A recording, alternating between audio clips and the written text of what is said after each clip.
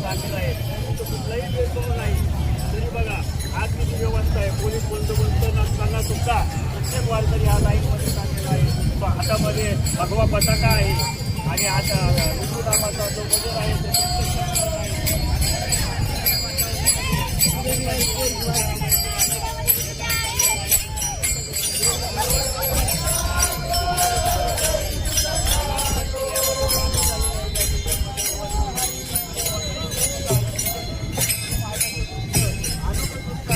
देवंतरांनी आणि देवाच्या मुख्यमंत्री समाजाने आमचं दाखवलेलं आहे.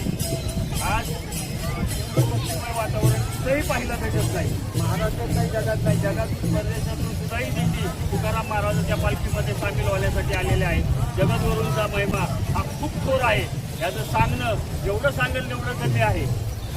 आज त्यांचा आज पाऊस पडून गेला. पाऊस पडून गेल्यानंतर 8 दिवसाच्या पावसानंतर उघडीप दिल्यानंतर समस्या आहेत की अजूनही राहायला त्यांनी सांगायला घातलं की पाऊस चांगला पडला तर आमचं पीक पाणी चांगली येईल, शेतकरी भाग नष्ट होईल.